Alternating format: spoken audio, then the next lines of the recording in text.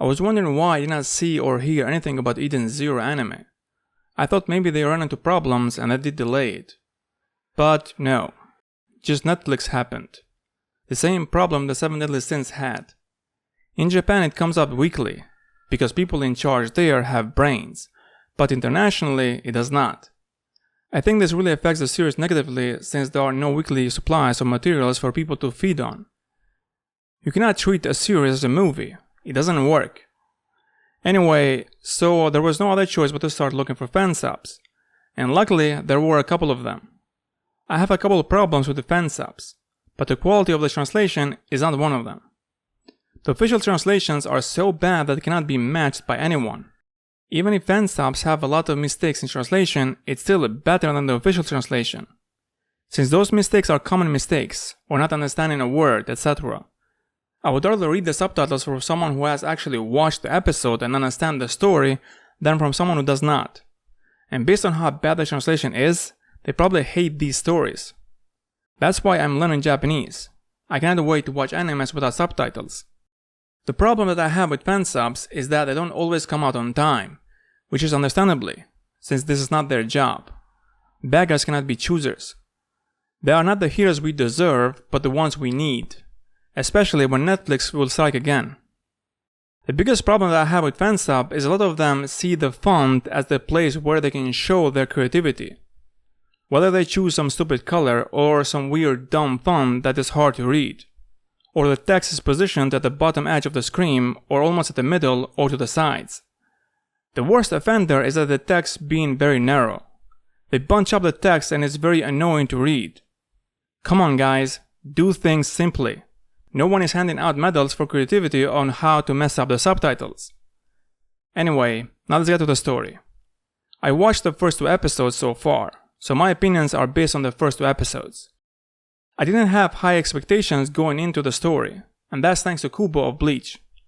Which is weird, because if I don't have high expectations for these legendary writers, for who else I'm going to have?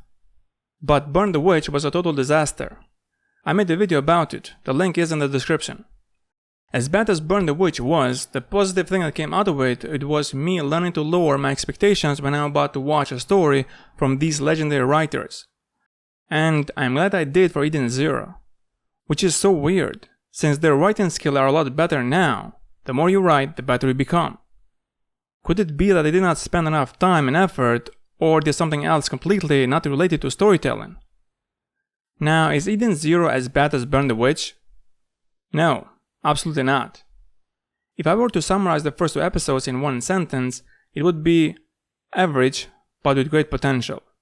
There was nothing bad or that it made no sense, but there wasn't anything great either.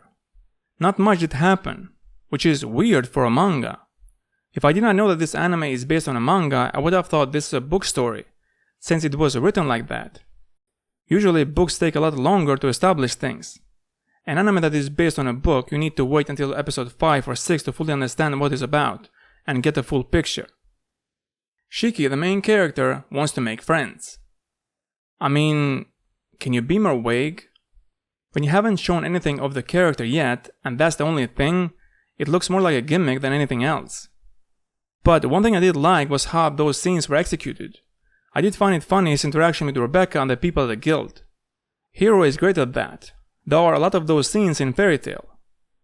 But when you haven't shown anything else from the character and this being the beginning of the story, this is not good enough, because that is not getting my attention. It is not something new or interesting. This is like Shiki saying, I like staring at the clouds. Well, great for him. But I, as an audience member, why should I care? The same thing with Rebecca wanting to be popular in B-Cube. The B-Cube thing is not established in the story, so even if she became very successful in B-Cube right away, again, I have the same question.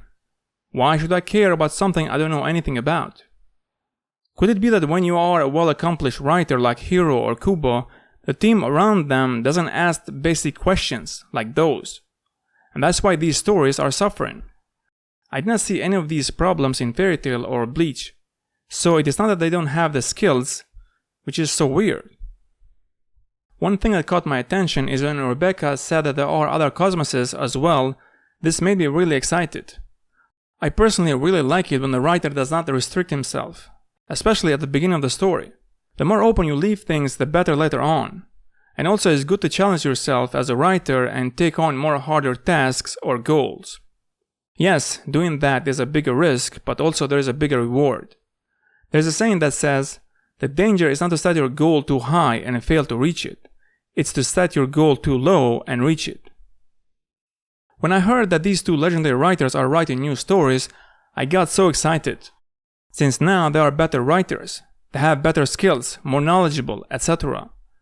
I was so curious to see what kind of new, crazy, insane things they will do story-wise. Besides being better writers, they are also set for life. They don't need to worry about whether this story will fail or not, and what will I do with my life, something that new writers deal with. But it was quite the opposite. These stories seems like they were written by two grandmothers. They are written so safely, it's unbelievable. Nothing new, just basic. There are times when it seems just a bad fanfiction, or just fillers made by the anime staff.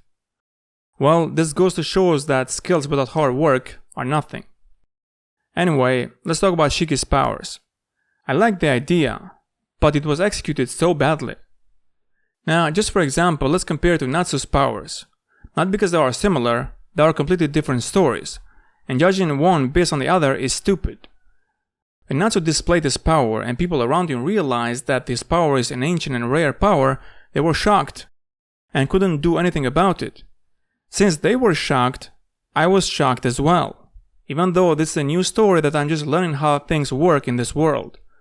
While in Shiki's case, people did realize that his power is rare, but then everything went back to normal.